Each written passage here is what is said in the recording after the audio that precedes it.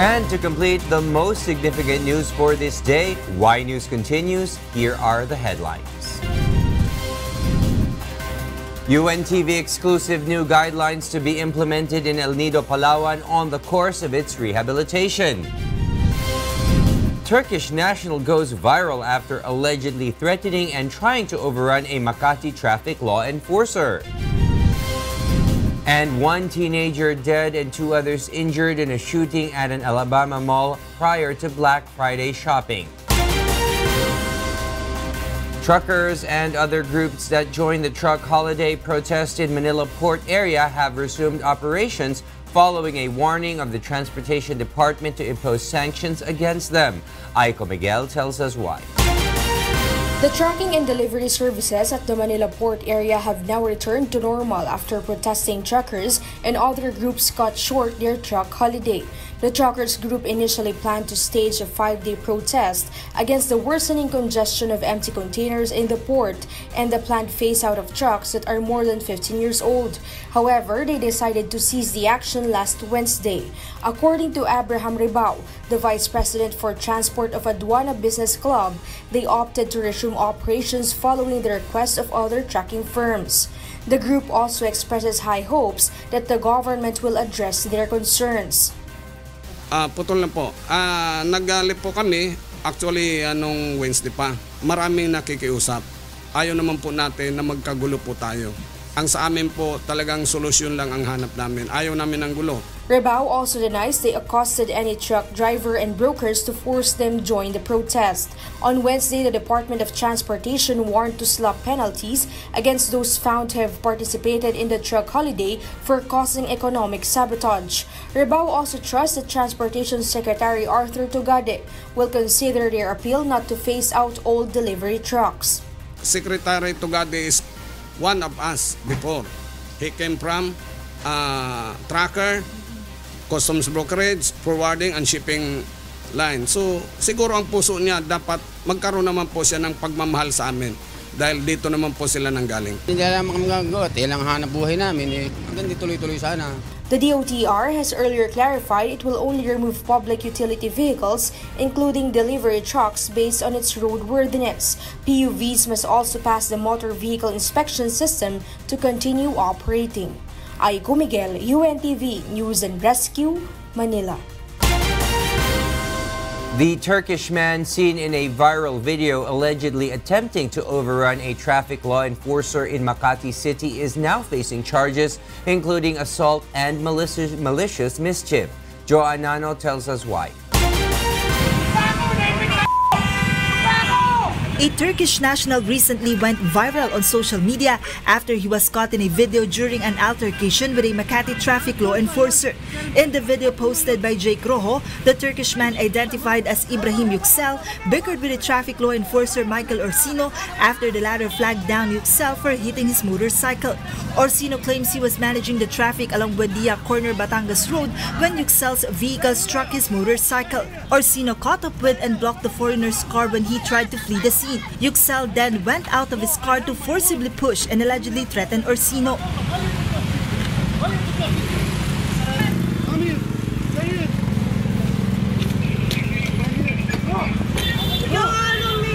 Sinabihan niya po ako na stupid daw kami mga maps ha. Binagbantaan niya pa ho ako. Kaya I will kill you. Sabi niya gano'n sa akin. Kahit gano'n ang ginawa niya, sinabi niya. Tinanggap ko yun. Pero masakit sa'yo rin yung ito? Napakasakit to. Sobra. Yüksel, however, denied the accusation. No, I didn't kill him. Actually, he tried to stop my car by his motorcycle. So, and then he went under my car. So I told him, "You wanna die?" Because he's coming under my car.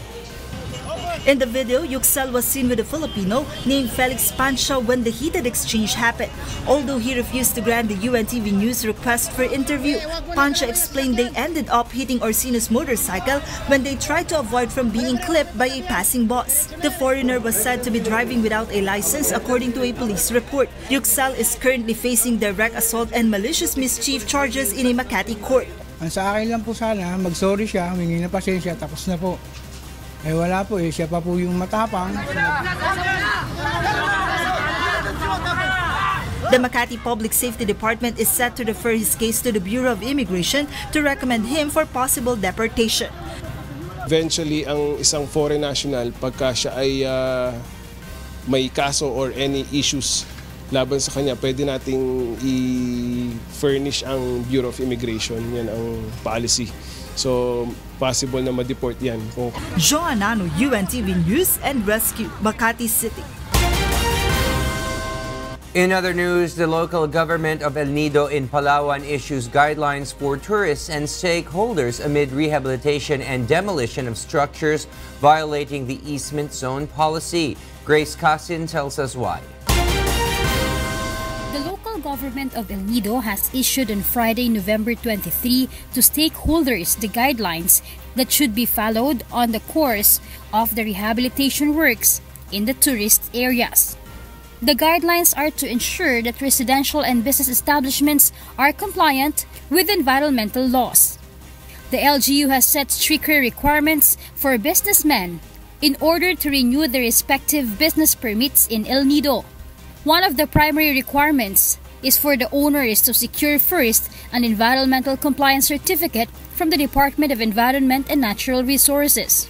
But before acquiring an ECC, business owners must have their structures a proper waste disposal facility, as well as 3 chambers for septic tanks. The ECC is now being required to all business owners, regardless of how many rooms they have in their structures. Establishment owner must also secure a document providing that their structures is not covered by the 3-meter easement zone. There are important documents that businessmen must submit along with the usual requirements such as Bureau of Internal Revenue Certificate, Certificate of Occupancy, Building Permit, among others. But stakeholders complain that securing these requirements are difficult and tedious. Yun pong ECC, hindi naman ho ganun kadali yun eh. Hindi pa nga ho namin malaman dito kung sino ba yung kakausapin namin na authority for us to comply with the ECC. Ngayon, nag-inquire po kami kahapon, ang sinasabi po ng DNR, hindi po talaga kayo ma-issue ng desert water sa tubig po.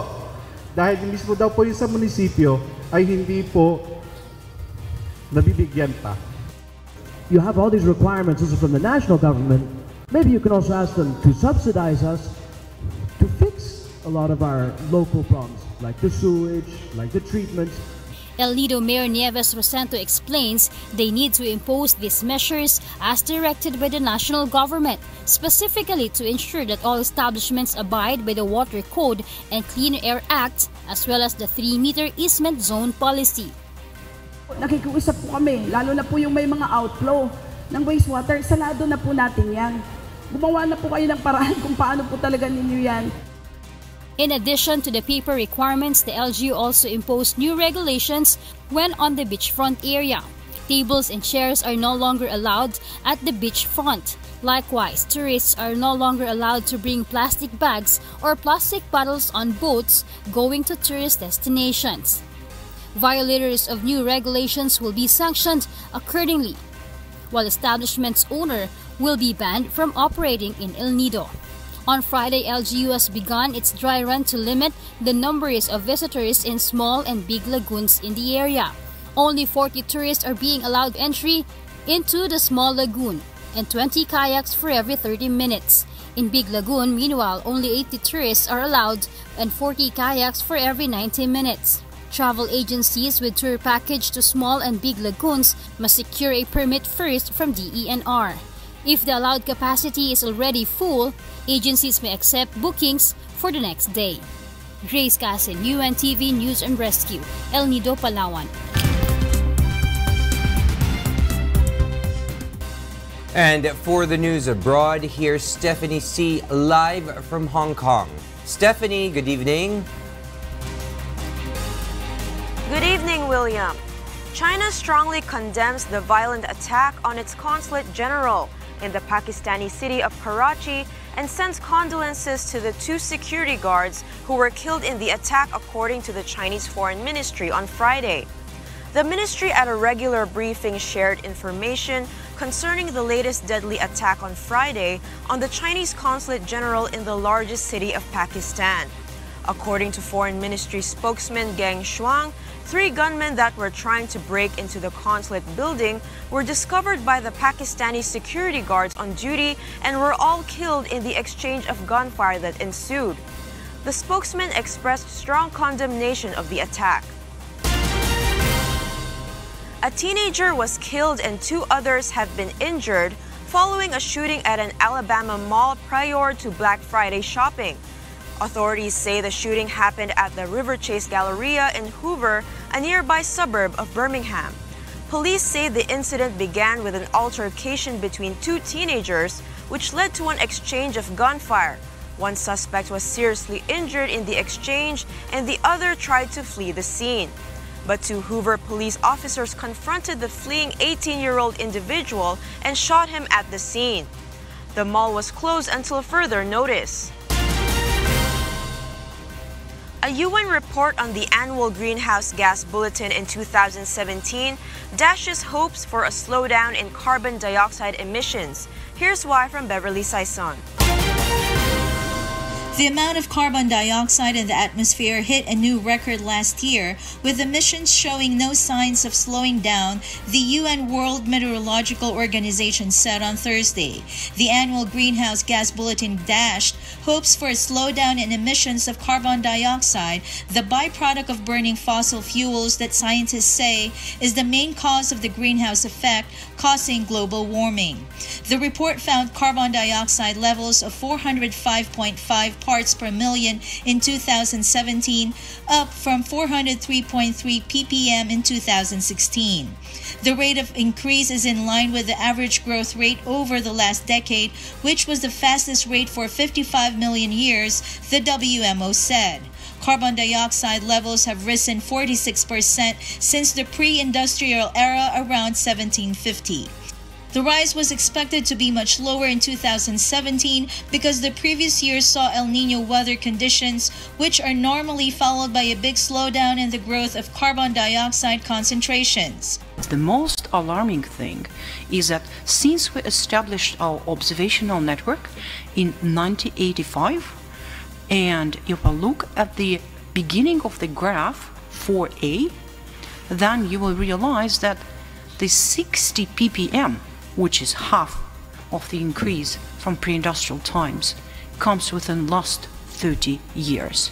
So if we continue on this track, we have really difficulties.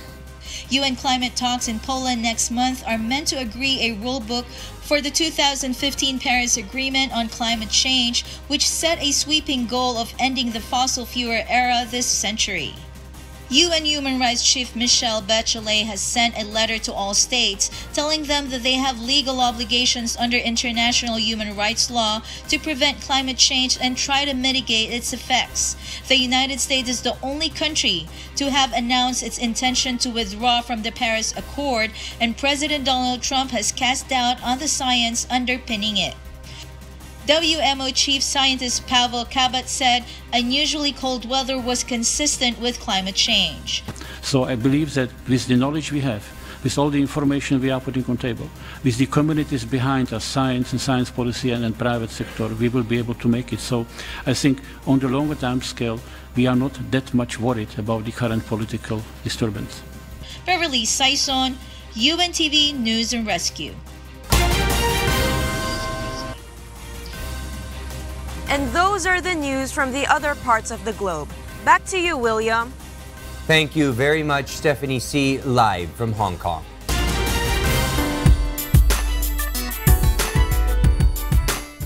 The efforts of UNTV program Historia to uncover hunger and malnutrition problems in the country have been acknowledged by the Save the Children Media Awards 2018.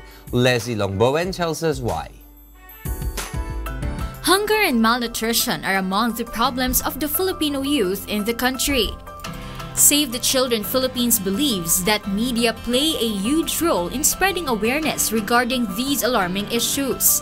Last night, excellent works of the media that help its campaign against malnutrition have been recognized. Among the finalists of the most outstanding short film is Malnourished of UNTV program Historia. The film features the life of a child who is undernourished and has stunted growth from Baseco compound. Pinaka-goal naman talaga natin is magkaroon ng awareness ang lahat ng tao na may mga batang ganito na kailangan ng tulong. Lahat kami panalo na dito actually dahil lahat kami, isa lang naman talaga yung hangarin namin is to fight malnutrition. People's Choice Photo winner is Caldero by John Vincent Martinez. Meanwhile, the photo entry of Historia's cameraman John Vincent Martinez, entitled Caldero, won the People's Choice Award.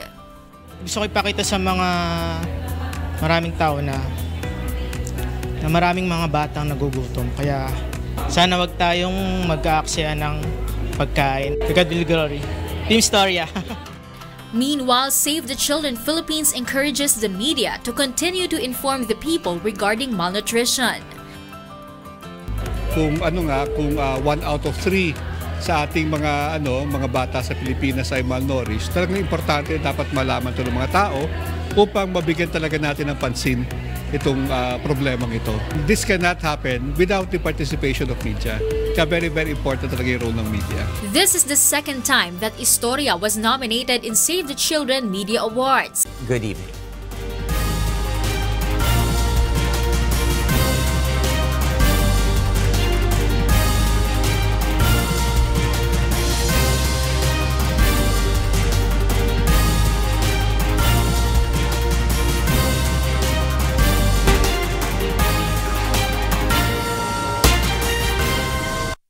UNTV, your public service channel.